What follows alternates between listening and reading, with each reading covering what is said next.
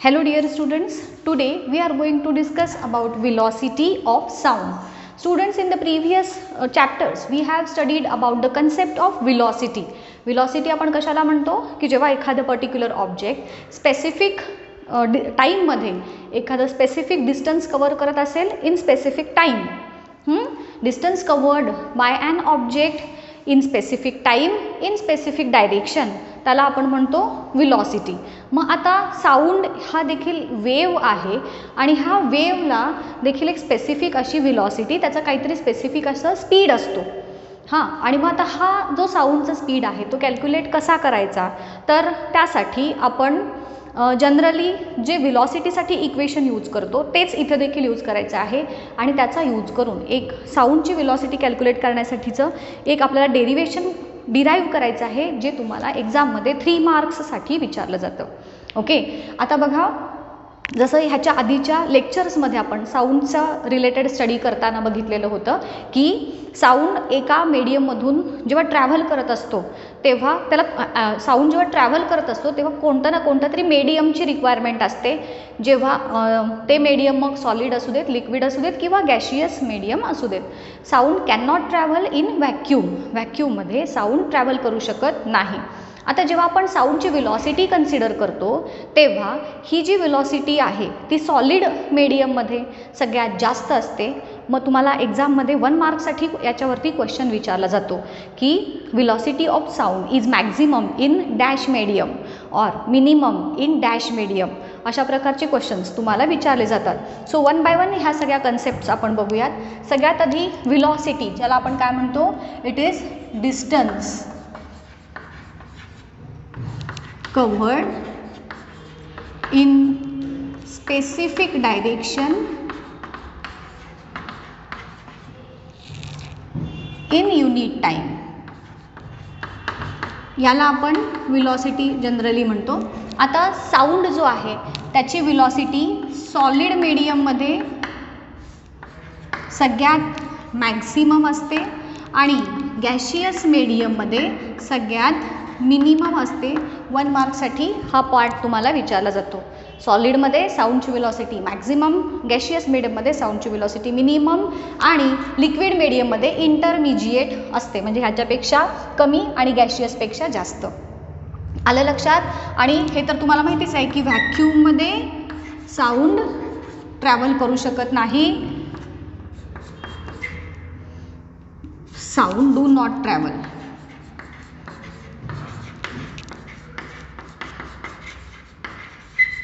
आलं लक्षात? आता या व्हेलॉसिटी ऑफ साऊंडसाठी किंवा तो जो फॉर्म्युला आहे तो डिराईव्ह करण्यासाठी आपण जे इक्वेशन यूज करणार आहे ते आपलं नेहमीचं व्हेलॉसिटीचं इक्वेशन आहे. कोणतं? तर velocity is equal to distance upon time. हे आपण जे नेहमी इक्वेशन यूज करतो टू कॅल्क्युलेट व्हेलॉसिटी तेच इथे यूज केलं. आता बघा, आता ह्याचा यूज करून साऊंडची व्हेलॉसिटी कॅल्क्युलेट कशी करायची, त्याचं डेरिवेशन तुम्हाला 1, 2, 3 मार्क्ससाठी विचारलं जातं. 1 मार्क्ससाठी डायरेक्टली डेरिवेशन असेल, 2 आणि 3 मार्क्ससाठी ते डिराईव्ह करायचं कसं हे विचारलं जातं. सो आता इथून पुढचं महत्त्वाचं लक्ष देऊन ऐका.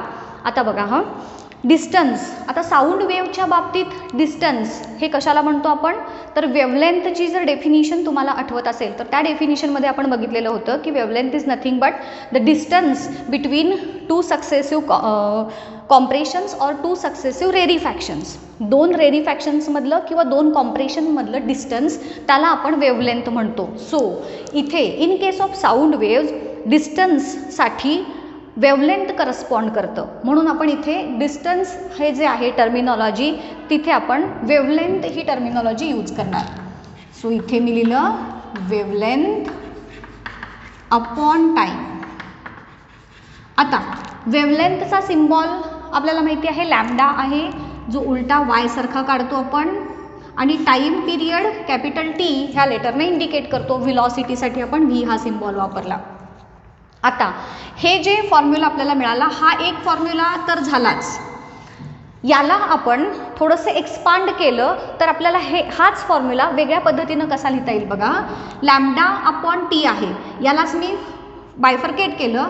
Lambda upon 1 into 1 upon T असं त्याला सेपरेट केलं, बरोबर की नाही. हे न्यूमरेटरला आहे आणि डिनॉमिनेटरला टी आहे, मग ह्याला आपण ह्या पद्धतीनं सेपरेट केलं. आता आपण लास्ट लेक्चरमध्ये ज्या टर्मिनॉलॉजी शिकलो आहे साऊंडशी रिलेटेड, त्याच्यामध्ये आपण बघितलेलं होतं 1/T म्हणजेच फ्रिक्वेन्सी असते. आता इथे मी काय लिहिणार बघा, हां, as 1/T is equal to frequency. फ्रिक्वेन्सीचा सिम्बॉल न्यू. न्यू कसा काढायचा, अर्धा व्ही अर्धा यू. मग आता इथे 1/Tच्या जागी मी फ्रिक्वेन्सीचा सिम्बॉल लिहिला तर मला काय मिळालं बघा equation, V is equal to lambda as it is into 1/Tच्या जागी न्यू लिहिला. म्हणजेच मला इथे व्हेलॉसिटी कॅल्क्युलेट करण्यासाठी दोन इक्वेशन्स मिळाले बघा. एक हे that is V is equal to lambda upon T आणि दुसरं V is equal to lambda into nu. मग याचा यूज करून आपण व्हेलॉसिटीचं इक्वेशन काय डिराईव्ह केलं, that is velocity is equal to wavelength into frequency. मी इथं लिहिते, हा, wavelength into frequency. So distance upon time म्हणजेच वेव्हलेंथ अपॉन टाईम हे एक झालं आणि वेव्हलेंथ इंटू फ्रिक्वेन्सी हे एक. असे दोन प्रकारचे इक्वेशन्स यूज करून आपण साऊंडची व्हेलॉसिटी फाइंड आउट करू शकतो.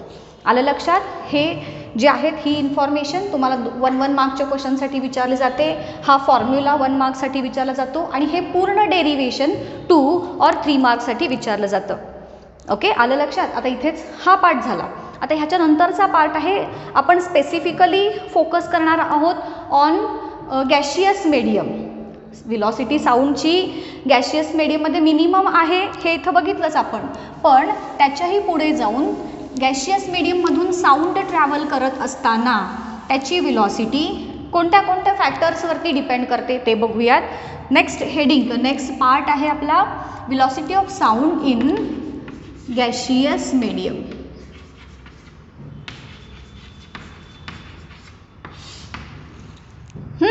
आता जेव्हा केव्हा साऊंड गॅशियस मीडियममधून ट्रॅव्हल करत असतो तेव्हा त्याची व्हेलॉसिटी 3 फॅक्टर्सवरती डिपेंड करते. Which are those are temperature, त्याच्यानंतर डेन्सिटी ऑफ एअर आणि मोलेक्युलर वेट किंवा मोलेक्युलर मास त्याला म्हणू शकतो आपण. दोन्ही म्हणजे एकच इथे कन्सिडर करणार. सो ह्या 3 फॅक्टर्स आहेत, ह्याच्यावरती velocity of sound in gaseous medium depend करते. कशी, काय कोरिलेशन आहे, अर्थातच आता हे पण बघा, याच्यावरती पण परत सेपरेटली 3 मार्क्सचा क्वेश्चन तुम्हाला विचारला जातो आणि कॉम्पिटिटिव्ह एक्झाम्समध्ये याला कोरिलेट करणार म्हणजे जे काही तुम्ही इन्फॉर्मेशन शिकताय त्याला कोरिलेट करणारे प्रश्न तुम्हाला 1 मार्क्ससाठी विचारले जातात. कसे ते मी हे सगळं शिकवून झालं की शेवटी सांगणार आहे, नीट लक्ष देऊन ऐका. 1 बाय 1 आता हे फॅक्टर्स बघूयात. सगळ्यात पहिला फॅक्टर आहे टेम्परेचर. कॅपिटल टी या लेटरने इंडिकेट करतात.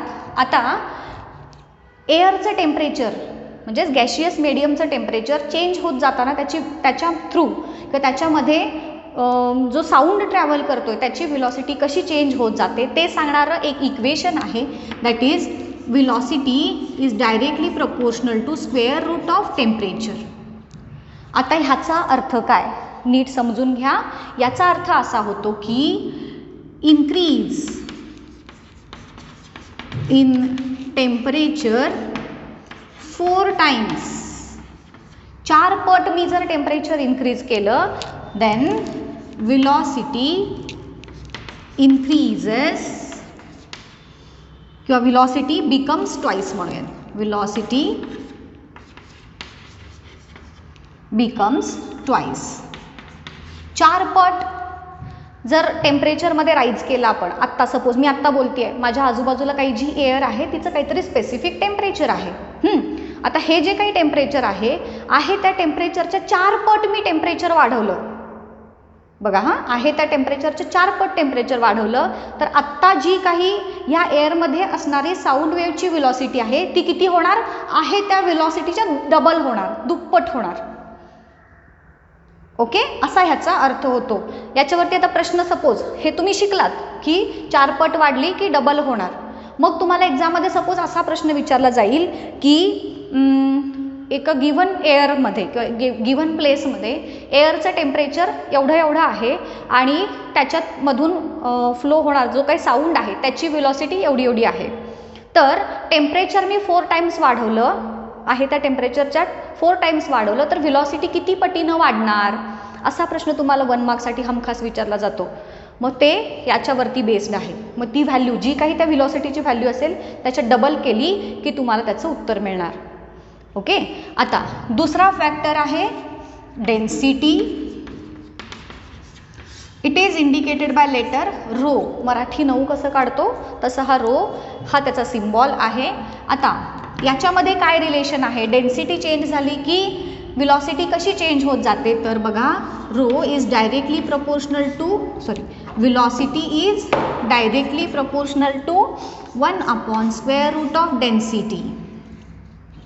म्हणजेच इन्क्रीज इन डेन्सिटी 4 टाइम्स, 4 पटीनं मी जर डेन्सिटी वाढवली तर व्हेलॉसिटी बिकम्स हाफ आहे, त्या व्हेलॉसिटीच्या हाफ होईल. आत्ता जी काही एअरची डेन्सिटी आहे त्या एअरची डेन्सिटी म्हणजेच घनता मी 4 पटीनं वाढवली, आत्ता आहे त्याच्यापेक्षा 4 पटीनं वाढवली 4 टाइम्स, तर आत्ता या एअरमध्ये साऊंडची जी काही व्हेलॉसिटी असेल ती आहे तिच्या हाफ होणार, अर्धी होणार, असा याचा अर्थ आहे. आणि जो तिसरा फॅक्टर आहे that is molecular mass or it is also called as molecular weight.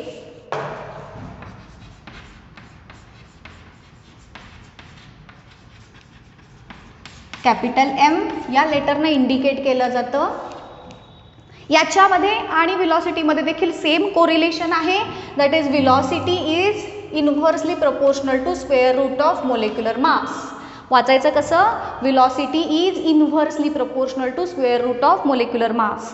Velocity is inversely proportional to square root of density.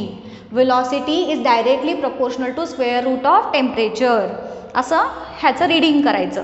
आणि ह्याचा पण अर्थ असाच होतो की एअर जी आत्ता आहे त्या एअरमध्ये असणारे जे कॉन्स्टिट्युएंट गॅसेस आहेत त्यांचं जे काही मोलेक्युलर मास असेल ते आहे त्याच्या चौपट केलं. सेम याच्यासारखंच मिनिंग इथं आहे, मी रिपीट करत नाही, ह्याच्या थ्रू एक्सप्लेन करते. आहे त्याच्या चौपट केलं असणाऱ्या एअर मीडियममध्ये जे गॅसेस आहेत त्यांचं मोलेक्युलर मास, तर त्याच्यामधून मूव्ह होणारी जे साऊंड वेव्ज आहेत त्याची व्हेलॉसिटी आहे त्याच्यापेक्षा हाफ होणार, असा याचा पण अर्थ आहे.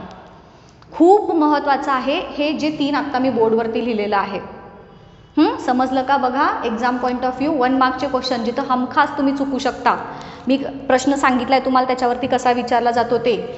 एखादं व्हेलॉसिटी किंवा टेम्परेचर किंवा मोलेक्युलर मास ह्यांची काहीतरी व्हॅल्यू देतील आणि ती 4 पट केली तर डेन्सिटीमध्ये काय फरक होईल किंवा व्हेलॉसिटीमध्ये काय फरक होईल, टेम्परेचरमध्ये काय फरक होईल, असे प्रश्न एक्झाममध्ये विचारले जातात.